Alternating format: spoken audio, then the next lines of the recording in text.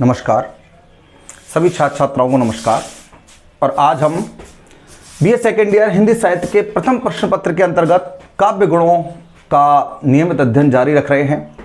हमने पिछली क्लास में काव्य गुणों की संख्या, उनका काव्य गुणों की जो विभिन्न आचार्यों द्वारा जो दी गई स्थिति है उसके बारे में जाना।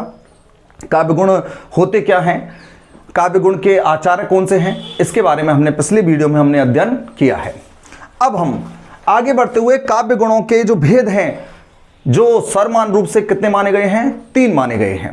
किसके द्वारा माने गए हैं? मम्मट के द्वारा 3 भेदों को प्रमुख माना गया है और उन्हीं को मान्यता दी गई है। उन्हें ही हम प्रमाणिक मानते हैं और 3 गुणों के आधार पर ही उनका हम विश्लेषण करेंगे। तो देखिए, सबसे पहले हम देखते हैं काव्य गुण क्या है। काव्य गुण की परिभाषा हम देख लेते हैं। काव्य में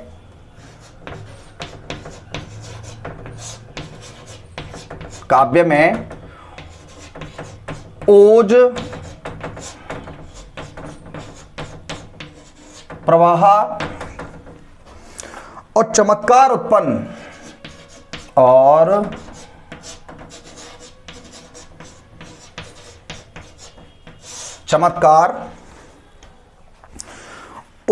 करने वाले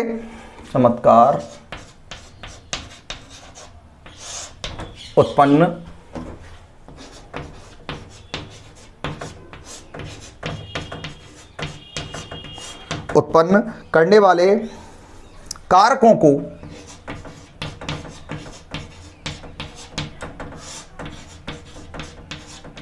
गुण कहा जाता है। गुण कहा जाता है।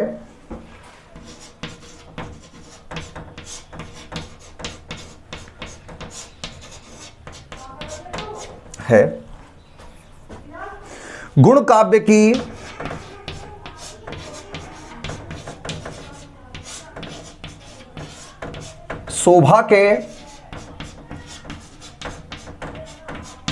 शोभा के उपकारक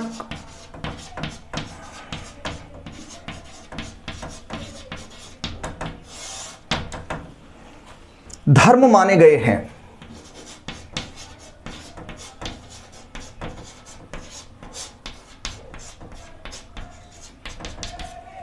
देखिए, हम देख रहे हैं काव्य गुणों की परिभाषा देखते हैं। काव्य में ओज, प्रवाह और चमत्कार उत्पन्न करने वाले कारकों को क्या कहा जाता है? गुण कहा जाता है। गुण काव्य की शोभा के उपकारक धर्म माने गए हैं। ये क्या करते हैं? काव्य को आकर्षक बनाते हैं। काव्य में जब गुणों का जब प्रवाह होता है, गुण के कारण जो काव्य है वो क्या बन जाता है? आकर्षक बनता है, शोभाकारी बनता है। तो ये जो गुण हैं वो क्या होते हैं? काव्य में ओज, प्रभा और चमत्कार उत्पन्न करने वाले कारकों को गुण कहा जाता है। गुण काव्य की शोभा के उपकारक धर्म माने गए हैं। ये क्या है?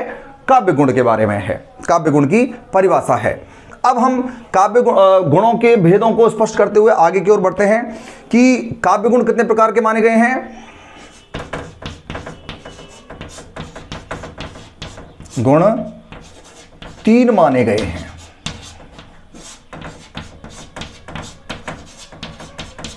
काव्य गुणों की संख्या कितनी मानी गई है? 3 मानी गई है। कौन कौन से हैं? द्वारा देख लेते हैं। पहला है माधुर्य गुण, दूसरा है ओज गुण और तीसरा है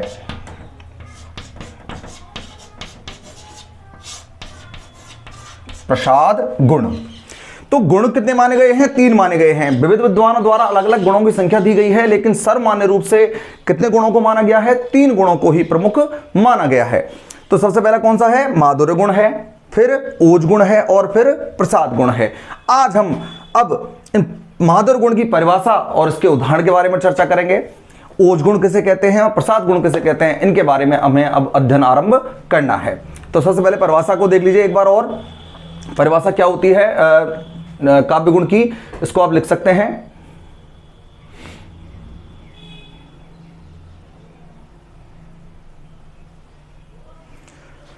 चलिए आगे अब बढ़ते हुए हम गुणों के बारे में आज हम अपना अध्ययन आरंभ करते हैं। जो गुणों की जो भेद हैं उनके बारे में पढ़ते हैं कि काव्य गुण इनकी परिभाषा क्या है और किस प्रकार से इनके उदाहरण हमारे सामने आते हैं।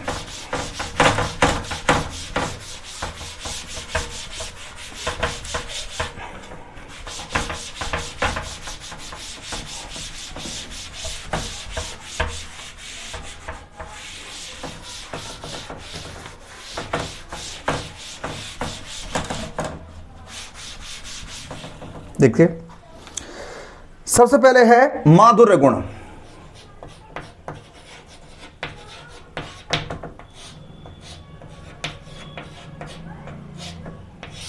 माधुर्य गुण अर्थात नाम से हमें प्रतीत होता है मधुरता का आभास कराने वाला जो गुण है वो क्या होगा? माधुर्य गुण होगा। सबसे पहले इसकी परिभाषा देखते हैं कि क्या परिभाषा होती है इसकी।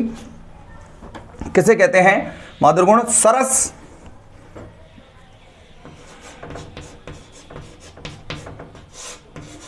वह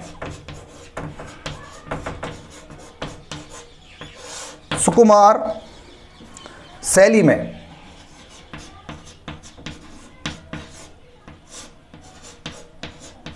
सरस व सुकुमार शैली में साहित्य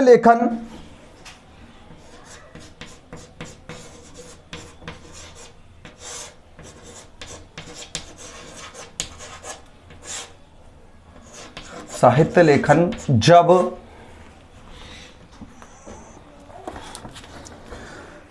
कोमल भावनाओं को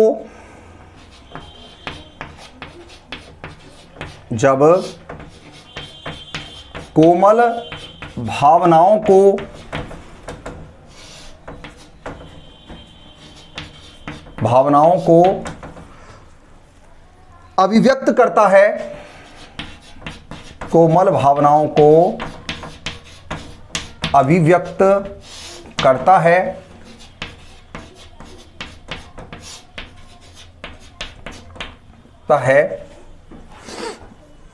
वहां माधुर्य गुण होता है।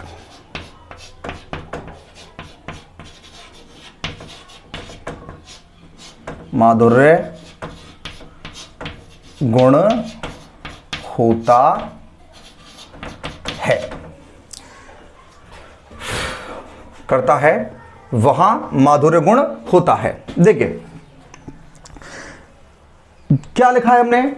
सरस व सुकुमार शैली में, सरस और सुकुमार शैली में साहित्य लेखन जब किसको? कोमल भावनाओं को अभिव्यक्त करने का प्रयास करता है, तो वहां कौन सा गुण होता है? माधुर्य गुण होता है। अब इसमें होता क्या है? देखिए, माधुर्य गुण में प्राय कर्कश शब्दों का प्रयोग नहीं होता। कर्कश शब्दों से तात्पर्य ठे ठे डे ढे है, या फिर जो संयुक्त वर्ण होते हैं च छ या क ख आदि, इन शब्दों का, इन वर्णों का यहां प्रयोग बहुत ही कम होता है। प्राय न के बराबर हमें यहां दिखाई देता है। यहां प्राय पंचम वर्णों का प्रयोग हमें दिखाई देता है। पंचम वर्ण कौन से होते हैं? जो अपने क ख ग ये है, न है, च छ जय जय ये है, ट ठ ड ड ने। तो ये जो है हमारे पंचम वर्ण कौन कौन से हमारे? न है, अणे है, मैं है, सॉरी एक और है ये।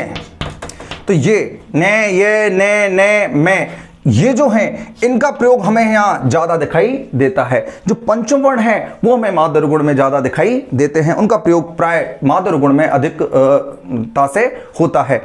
लेकिन कर्कश शब्दों का या संयुक्त जो अक्षर हैं, अपने संयुक्त जो वर्ण हैं, संयुक्त शब्दों का प्रयोग बहुत ही कम हमें यहां दिखाई देता है।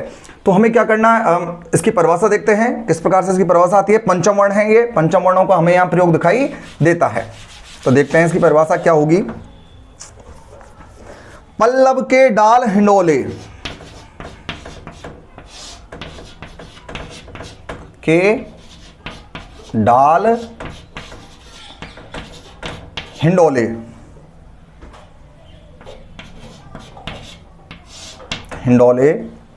सौरभ सोता कलियों में,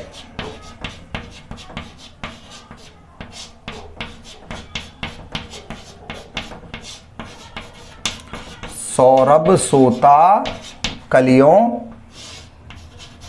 में छिपकिरने आती जब,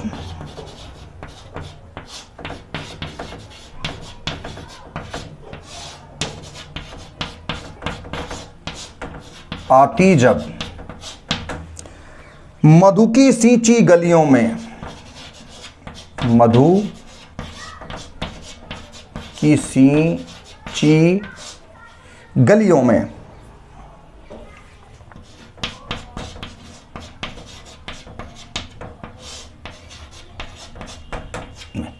देखिए ये इसका उदाहरण है। पल्लव के डाल हिंडोले झूला, सौरभ सोता कलियों में, जो प्रातःकाल का समय होने वाला, लेकिन कलियों में क्या है, वो सुसुप्त अवस्था में, सौरभ खुशबू सुगंध।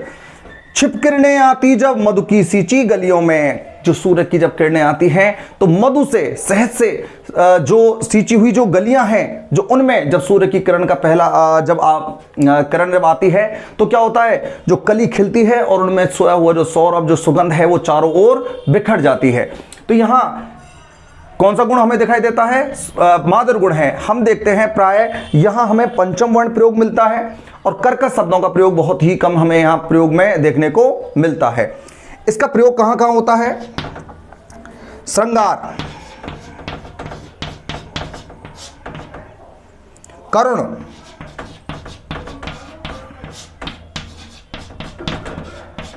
शांत रस में, करुण रस का प्रयोग हमें किन रसों में देखने को मिलता है, श्रृंगार, करुण और शांत रस में हमें इनका प्रयोग, इस गुण का प्रयोग हमें ज्यादा देखने को मिलता है।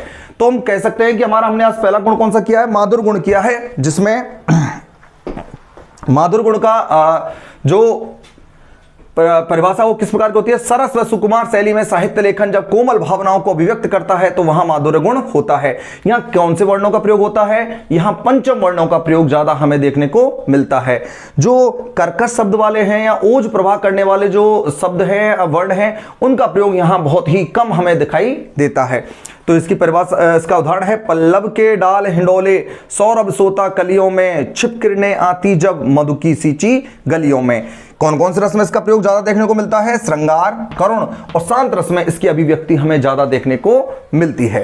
तो आज हमने गुणों को आरंभ करते हुए, काव्य गुण की परिभाषा करते हुए, हमने आज सबसे पहले किया है माधुर्य गुण का हमने आज विश्लेषण किया है। अब अपनी आगे की क्लास में हम बचे हुए गुणों के बारे में हम अपनी चर्चा जारी रखेंगे, अध्ययन जारी रखेंगे। धन्यवाद।